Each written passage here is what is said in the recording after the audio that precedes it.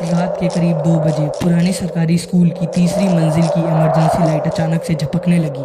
उसी पल चौकीदार रमेश की नींद टूट गई और उसकी कुर्सी के पास रखी टॉर्च अपने आप जमीन पर लुढ़क गई। स्कूल के अंदर किसी बच्चे के चलने की हल्की आवाज गूंजने लगी, जिससे रमेश हर रात डरता था। उसके दिमाग में वही चेतावनी गूंज उठी, इस स्कूल के बच्चे से रात में कभी बात मत करना। रमेश पिछले 3 महीनों से इस बंद पड़े स्कूल में नाइट ड्यूटी कर रहा था।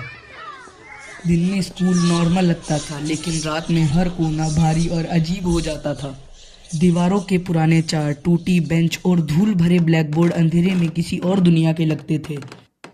हर रात ठीक 2 बजे ऊपर से बच्चों के लाइन में चलने जैसी धीमी आवाज आती थी। शुरुआत में रमेश ने इसे हवा या चूहों का वहम समझा, लेकिन कुछ दिनों बाद उसने देखा कि हर आवाज के साथ स्कूल की घंटी खुद ब खुद हल्की सी बजती थी। उसी रात फिर से घंटी की टूटी हुई आवाज गूंजी और रमेश का दिल तेज धड़कने लगा। रजिस्टर रूम में काम करने वाली मीरा ने रमेश को स्कूल के अचानक बंद होने की कहानी बताई थी। आग की अफवाह के बाद बच्चों की फाइलें अधूरी रह गई थी। मीरा ने जाते वक्त रमेश को साफ कहा था, बच्चों की आवाज आए तो जवाब मत देना। उस रात आवाजें पहले से कई ज्यादा साफ और पास लग रही थी, जैसे कोई छोटे पैर एक ही दिशा में आगे बढ़ रहे हों। रमेश ने हिम्मत जुटाकर टॉर्च उठाई और सीढ़ियों की ओर बढ़ा। तीसरी मंजिल की दीवारों पर बच्चों की पुरानी ड्राइंग डरावनी शक्ल बना रही थी। अचानक उसे महसूस हुआ कि किसी ने उसकी मौजूदगी जान ली है। उसी पर सारी आवाजें एकदम रुक सी गई। क्लासरूम नंबर 7 के अंदर से एक बेंच खिसकने की आवाज आई। रमेश का शरीर शिहर उठा और मीरा की चेतावनी उसके कानों में गूंजने लगी। डर के साथ उसे एक अजीब खिंचाव महसूस हुआ, जैसे कोई बुला रहा हो। उसने टॉर्च क्लासरूम की ओर घुमाई।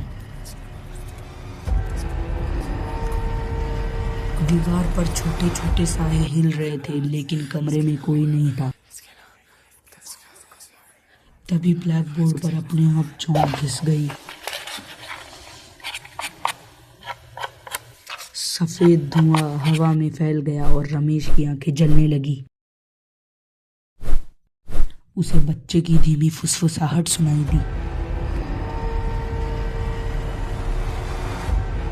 रमेश को समझ आ गया था कि वह आवाजें सवाल नहीं थी, यह किसी के जवाब का इंतजार कर रही थी।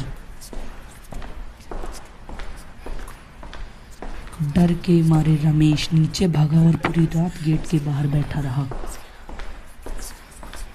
सुबह होते ही वह बिना कुछ कहे स्कूल छोड़कर चला गया। कुछ दिन बाद मीरा को पता चला कि रमेश ने नौकरी छोड़ दी है। अजीब बात यह थी कि उस रात के बाद उस स्कूल की घंटी फिर कभी नहीं बजी।